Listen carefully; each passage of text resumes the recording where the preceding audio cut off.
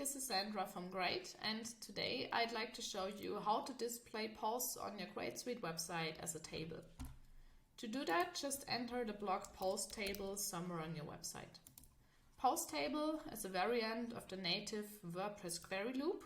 If you want to learn more about that in general or the Greyd.Suite version post overview, please have a look at our tutorials in the Help Center, since I will now focus on those functions that are relevant for the table.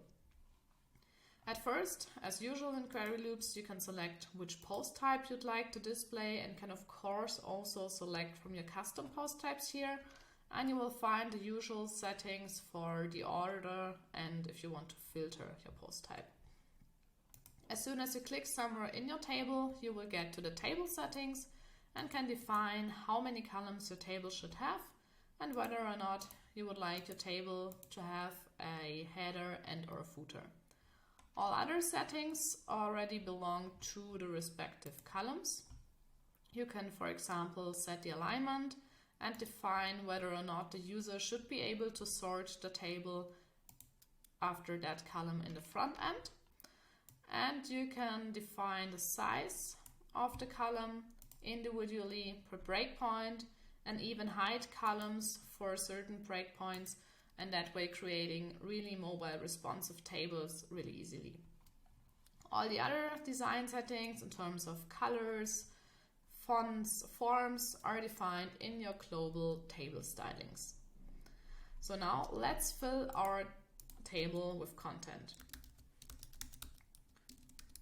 As you've seen, you can just enter your text directly here by just typing in it.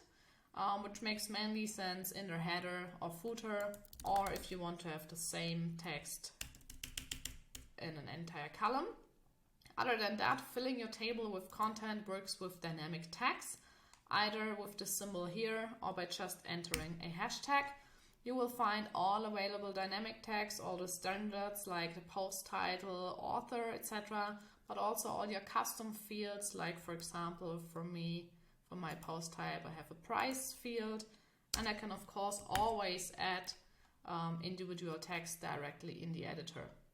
You can also work with all options from the toolbar, including links that you can set here. Other than that, you can always edit your table here by adding or deleting columns here. There are also some very interesting dynamic tags, especially for the header and footer. For example, you can build totals or average, which is very interesting, for example, if you have numbers here. If you want to learn more about dynamic tags in general, there's also a tutorial video on that in our Help Center. For more videos and information, please visit our Help Center.